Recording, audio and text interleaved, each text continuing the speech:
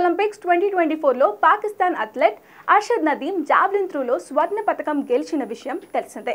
దీంతో ఆ దేశంలో సంబరాలు అంబరాన్నంటున్నాయి. అతడి ప్రతిభపై సర్వత్రా ప్రశంసలు కురుస్తున్నాయి. పలువురు క్రికెటర్లు, సెలబ్రిటీలు అతన్ని ఆకాశానికి ఎత్తుతున్నారు. పాకిస్తాన్ ప్రభుత్వం అతన్ని ఘనంగా సత్కరించేందుకు సిద్ధమైంది. ఈ నేపథ్యంలోనే ఆయన మామ అర్షద్ కు ఒక గేదెను బహుమతిగా ఇచ్చి అందరినీ ఆశ్చర్యపరిచారు.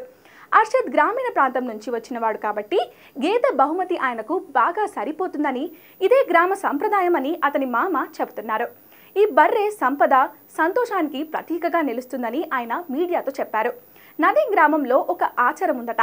ఎవరైనా గొప్ప పని చేస్తే వారికి గేదెను బహుమతిగా ఇస్తారు. అది చాలా గొప్ప విషయంగా భావిస్తారు. అందుకే నదీం మామ ఆయనకు గేదెను బహుమతిగా ఇచ్చారు. నదీం తన గ్రామాన్ని ఎంతో ఇష్టపడతాడు. ఎంతో పేరు సంపాదించినా కూడా ఇప్పటికీ తన తల్లిదండ్రులతో కలిసి గ్రామంలోనే ఉంటున్నాడు. నదీం మామకు 4 అబ్బాయిలు, 3 అమ్మాయిలు. వారిలో చిన్నమ్మాయి అయిన ఆయిషాను నదీంకు ఇచ్చి పెళ్లి చేశారు. నదీం, ఆయిషా దంపతులకు 2 అబ్బాయిలు, 1 అమ్మాయి ఉన్నారు. నదీం పంజాబ్లోని ఒక చిన్న గ్రామంలో పుట్టాడు. చిన్నప్పుడు క్రీడలు ఆడేవాడు.